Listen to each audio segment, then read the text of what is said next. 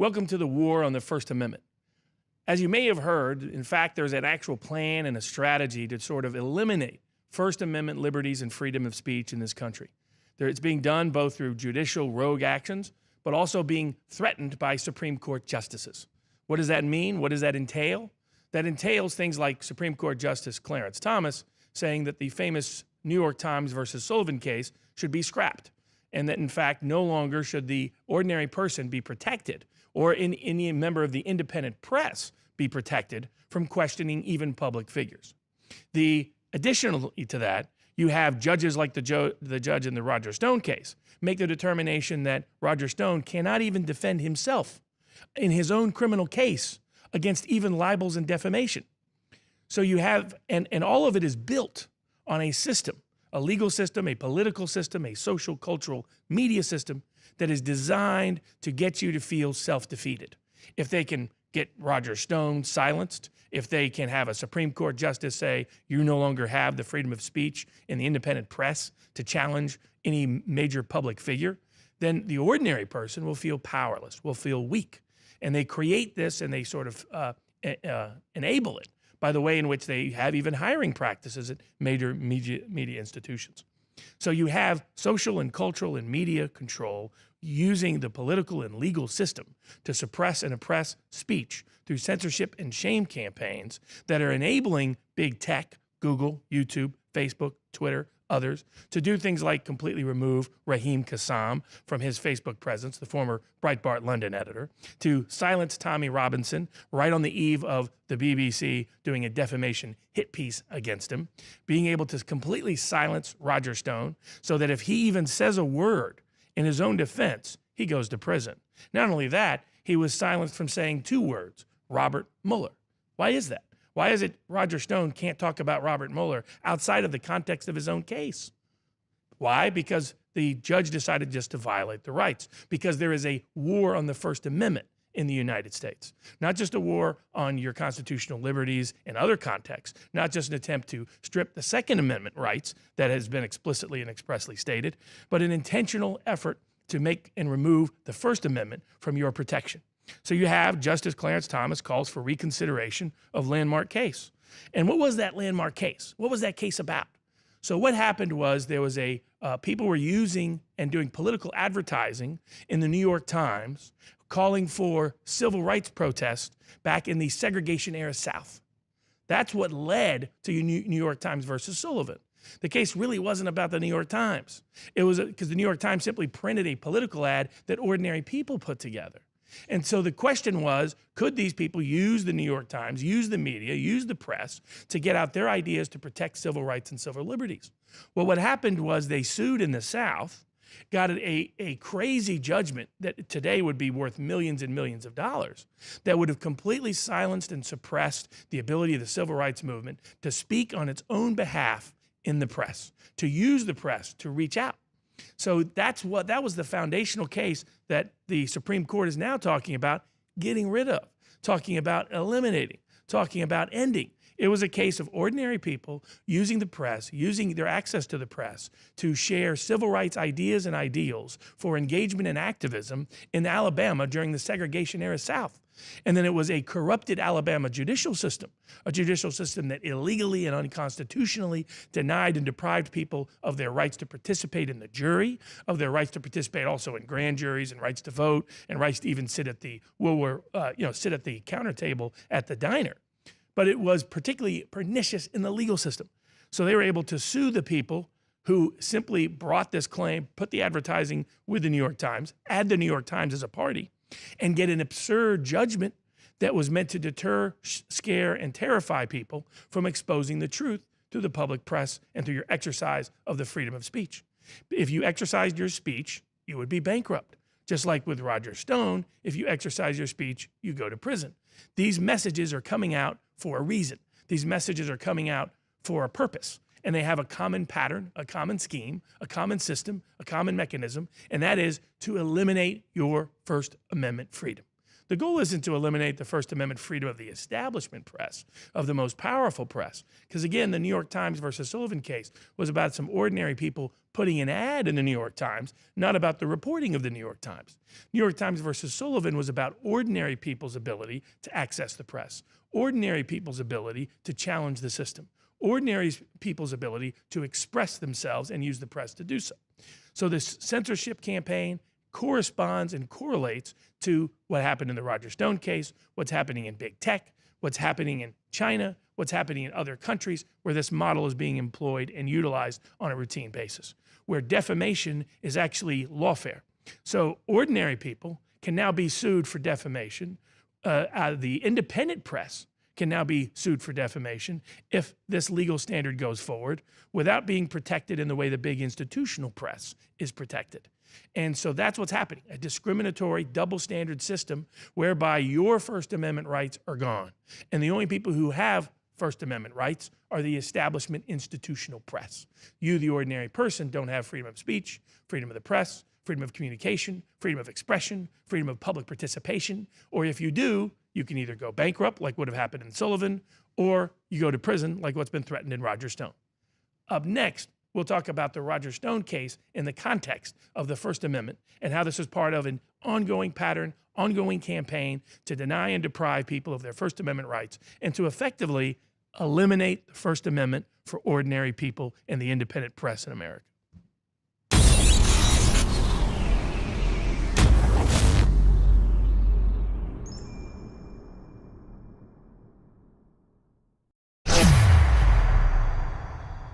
Now, I'm so excited about this because they taste so good, they're so great, they're such high quality, and I can't wait to hear them try to demonize that we're selling high quality infused protein bars. We went to, again, 3 of the top manufacturers in the country. We said we want to up the protein level, up the quality, even though you're already top of the line, and we're going to lower the price. At regular price in the packs of 12, it's $3. 15 grams of protein and so much more. These are super high quality, no fillers, nothing. But under the discount we've got going, it's 40% off when you get 2 boxes instead of 25% off. It's like $2.40. Everybody's like running around the office since these came in about 2 weeks ago. We're launching them today. And they're like, this is the best protein bar. It tastes like. They taste better than candy bars. Your body's like, this is what I want. This is what I need.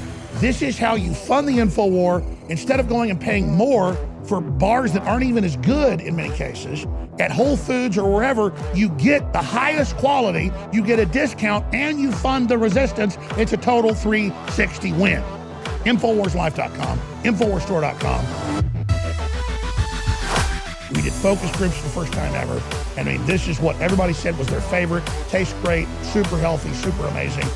Get your InfoWars Life protein bars today at InfoWarsStore.com or 888-253-3139. Now the video will say protein and food is evil in the snake oil. But you get 12 bars, 15 grams of protein each one. Vanilla coconut is my favorite. We have the other right here as well. InfoWars Live protein bar, peanut butter and chocolate. This is a high-end protein bar of the highest quality at InfoWarsLife.com for about half the price of major competitors, and then your funding supports the InfoWar, a total 360 win. I'm Robert Barnes, constitutional lawyer, civil trial lawyer, criminal defense lawyer, a lawyer for the underdog against those who would bully them, against those who would deprive them and deny them of their basic rights and freedoms and liberties, and have been representing underdogs against powerful institutional and entrenched interests for the better part of 20 years. In this case, and what we're talking about here, is the war on the First Amendment, the attempt to take away your First Amendment freedoms and liberties and deprive you of those rights and liberties that were secured by our founders more than 200 years ago, including people named Barnes back in Rhode Island at the turn of the 18th century. In this context, let's talk about the Roger Stone case. So in Roger Stone's case, what you have is someone who's been criminally accused. And a criminally accused person has multiple constitutional rights that are implicated by their right to speech. The primary one is the First Amendment right of speech, but it's not the only one. You have a Fourth Amendment right to protect your privacy and to respond to those who would invade your privacy with lies and libels connected to your case. You have a Fifth Amendment right to due process of law that protects you from anybody that's out there that's saying false things about you, that's leading you in your case to lead people to believe you're guilty when in fact you're innocent. The presumption of innocence is in fact rooted in the due process clause of the Fifth Amendment to the United States Constitution, which is best protected by your ability to publicly express and publicly participate in the debate about your innocence. Next is the Sixth Amendment right, which is that is your right to counsel of your choice, the right to effective representation, which must include the ability for your lawyer to publicly speak on your behalf. This was established many decades ago in a case called Gideon versus Nevada. What happened there was a defense lawyer went out and said, my client's innocent and the cops are corrupt. What happened? Well, all of a sudden the Nevada State Bar wanted to punish him for asserting corruption in the government in defense of his client. The United States Supreme Court determined that in fact he had a constitutionally protected right and a constitutionally protected obligation to speak on behalf of his client. His client is the one whose rights were at issue. His First Amendment rights, Fourth Amendment rights, Fifth Amendment rights, and Sixth Amendment rights. But in the Roger Stone context, it goes a step further. This is when you get into the Eighth Amendment right. We have an Eighth Amendment right against excessive bail. That was established many centuries ago and is part of the Magna Carta, which you can see in various libraries around the world in its 12th century language. And there, the problem was that how bail used to work, what a word surety used to mean, is that somebody would bail for you. So let's say you were accused of a crime. Your neighbor, your friend, your family member, your close loved one, someone else would step in and say, if this person doesn't show up and serve their sentence if they're convicted and doesn't show up for the trial, then I will go in their place. I will do their sentence. And this is where the word surety originally arose. This was the original bail construct. But what was happening is locally corrupt sheriffs were misusing and abusing the criminal judicial process to get people to give them large sums of money in lieu of an appropriate bail process for actual charges of actual crimes. So that's why we have created a provision against excessive bail that dates back to the foundational liberties of the Magna Carta itself. That's reflected in our U.S. Constitution in the Eighth Amendment to the Constitution, passed in the very first Congress because it was the way in which the constitutional government came to form, was that they promised they would pass a Bill of Rights, which included 10 amendments, and those 10 amendments included the Eighth Amendment, which is a right against excessive bail, not just cruel and unusual punishment, but also against excessive bail when you are presumed innocent. So in Roger Stone's case, the judge not only violated his First Amendment rights, violated his Fourth, Fifth, and Sixth Amendment rights by saying that he could not talk in his own defense. He could not even voice a public lie or libel. He could not establish his reputation at the very time it is being tarnished and destroyed by the existence of the criminal case. But she went further and said that if he actually violated her gag order in any way, shape, or form, if somebody even spoke on his behalf and she considered it his fault that they did so, that's why Alex Jones and InfoWars were even targeted, then Roger would go to jail. This is in fact, that's right, if he exercised his First Amendment right of speech, his Fourth, Fifth, and Sixth Amendment rights to defend himself in the public arena against criminal charges that are destroying and wrecking his reputation, then he goes to prison. Well, that's a violation of Roger Stone's Eighth Amendment rights. That's how many constitutional rights they were willing to violate just to strip him of his First Amendment freedoms. There's a reason why the First Amendment is the First Amendment there. It is the foundational amendment that secures all of the other liberties. There's also, it's not a coincidence that the Second Amendment is right after it because it helps secure the First Amendment. So the whole point and purpose of all of these amendments is these rights and remedies only exist if the freedom to speak exists. If the freedom of speech, freedom of expression, the freedom of public participation, the freedom of and the liberty to communicate, even question judges.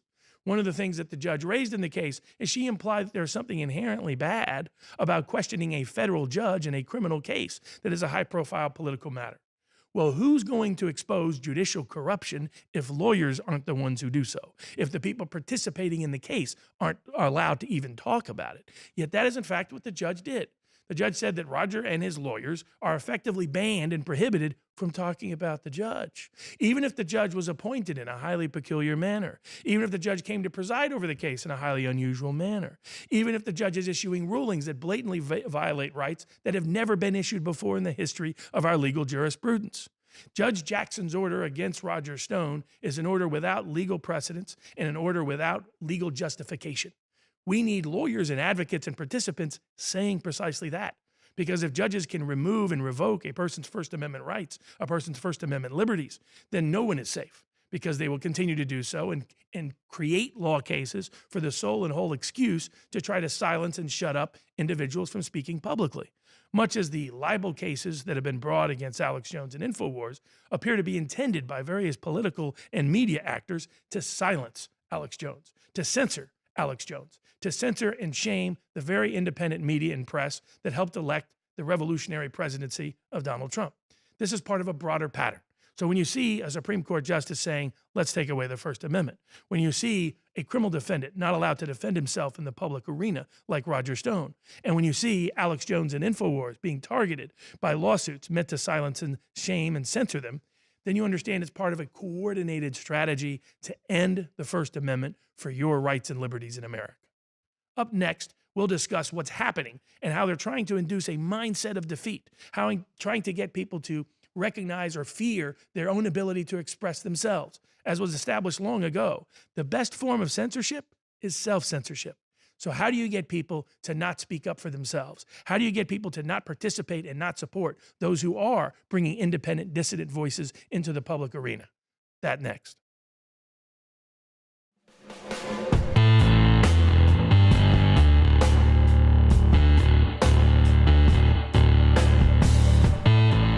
By leaps and by bounds, the #1 best-selling supplement family in the world is energy drinks and energy supplements.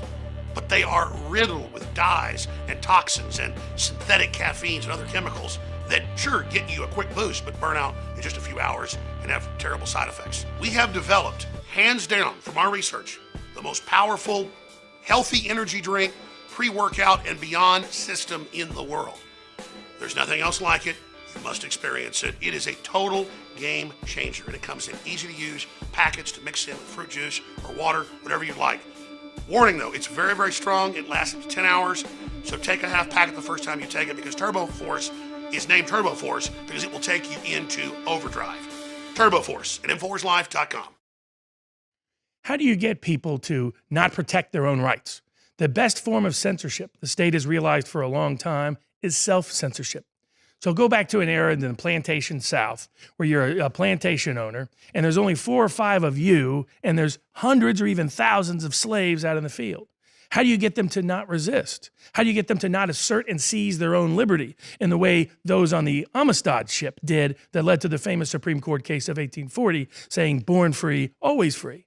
You create a mindset where people censor themselves, where people refuse to assert their own rights, where people forfeit their own liberties.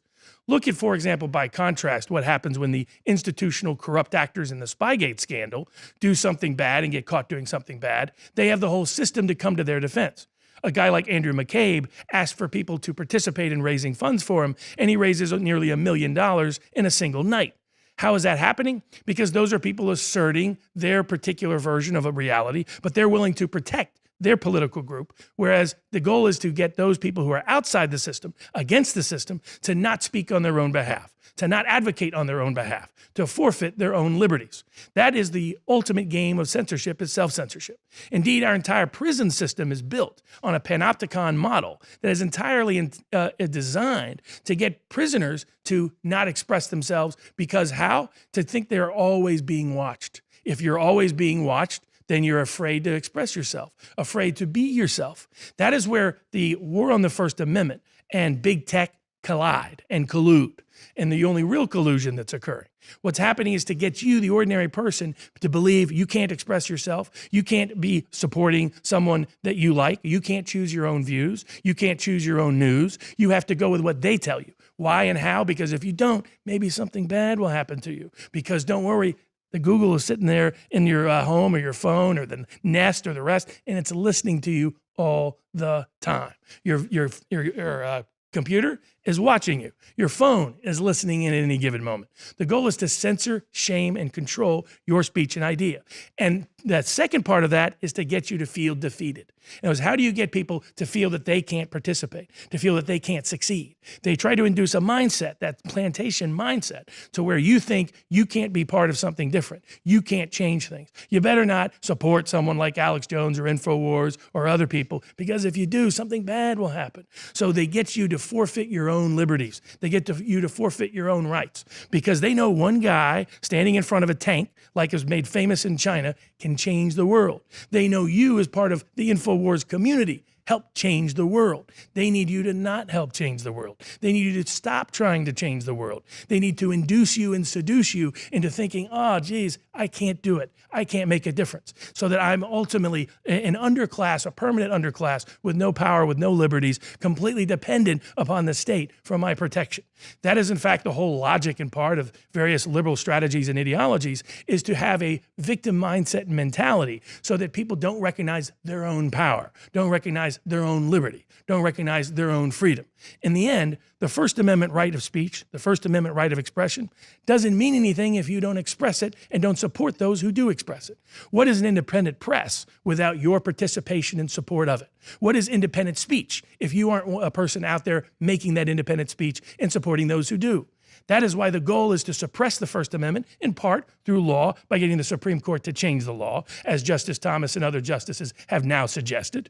Secondly, to do things like the Roger Stone case, where you suppress and censor speech with gag orders. But ultimately, it can only be successful if it induces ordinary, everyday people to not partake and participate in those institutions that are advocates for liberty. So to get you to no longer watch, review, see, help, share the ideas that are important to you, the news and the views that are important to you, so that you choose what the news and views are about. The First Amendment isn't just about the right to speak or the right to express. The First Amendment is your right to listen, your right to choose, your right to decide. That's you, not anybody else. That's why the First Amendment matters, and only you can impact it. So they're literally trying to get us to abandon our birthright. And I was about to chime in and say panopticon Foucault, and you just hit it there. It's so great when somebody knows history. This is your birthright being stolen, folks. Exactly. And only you can protect it. Only you can defend it. Only you can assert it. So do so. Let them hear you loud and clear in everything you do, and who you support, and who you're part of, and the community you choose to be part of, because you get to choose your news, you get to choose your views, and the birthright is only as powerful as you choose to make it. That's whose hands the First Amendment is ultimately in. There is a reason why Alex Jones and InfoWars was the primary target of those who want to suppress and censor speech in the United States. It's because you, and not because of Alex. Alex is one man, one person. It's because of you, the audience, your participation with InfoWars, your support of InfoWars, your sharing and spreading the news of InfoWars, that was such a threat. You were able to reboot and recreate the American dream in the way it was written in. Make the words of the Constitution and the First Amendment read in the words they were written in. Written by people like my great-grandfather many years ago, who was part of the Bill of Rights movement in Rhode Island back in the late 1700s. That is your right and your liberty. You established it, and that's why they're so scared of you. They're scared of you, the audience. They're scared of what you're going to do. Are you going to continue to support and help and establish and share the InfoWars ideas, your news, your views, the way you choose? Or are you going to go gently into the night, go quietly against the fright, go into a state of fear, go into a state of submission, and forfeit the liberties and freedoms that took 200 years to help create and establish in the first place? This choice is ultimately about you. You have more power than anybody realizes. There's a place called the Einstein Institute up in Boston, where a bunch of ex-defense intelligence and other people help train and teach people in other countries how to assert and protect their liberties. And one of the points they make is that there's really, while people talk about 4 pillars of power, there's really a 5th hidden pillar of power. And what is that 5th hidden pillar of power? Public perception, public belief, public participation.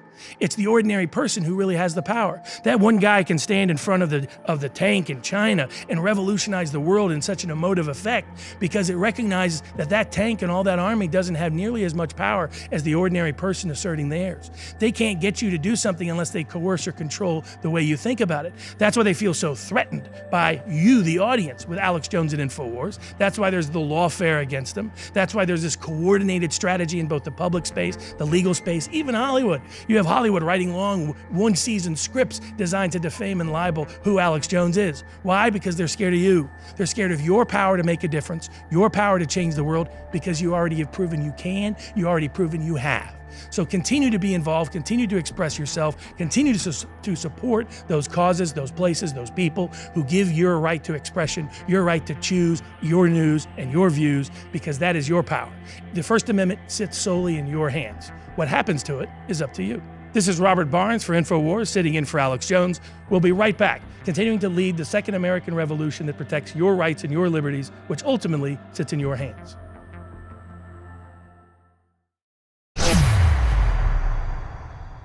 Now, I'm so excited about this because they taste so good, they're so great, they're such high quality.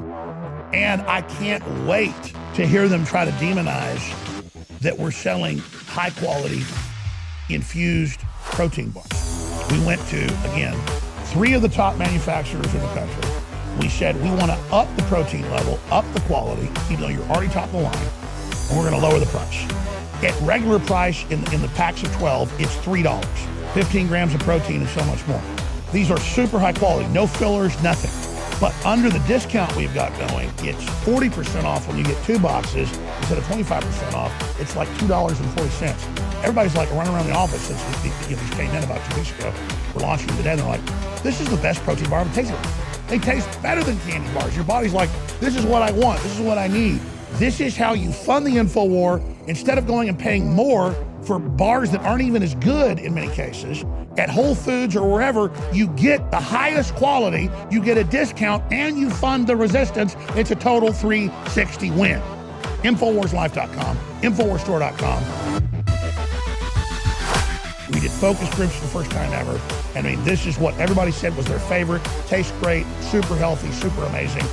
Get your InfoWars Life protein bars today at InfoWarsStore.com or 888-253-3139. Now the media will say protein and food is evil in the snake oil.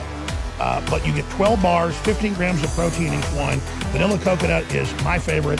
We have the other right here as well. InfoWars Live protein bar, peanut butter and chocolate. This is a high-end protein bar of the highest quality at InfoWarsLife.com for about half the price of major competitors, and then your funding supports the InfoWar, a total 360 win.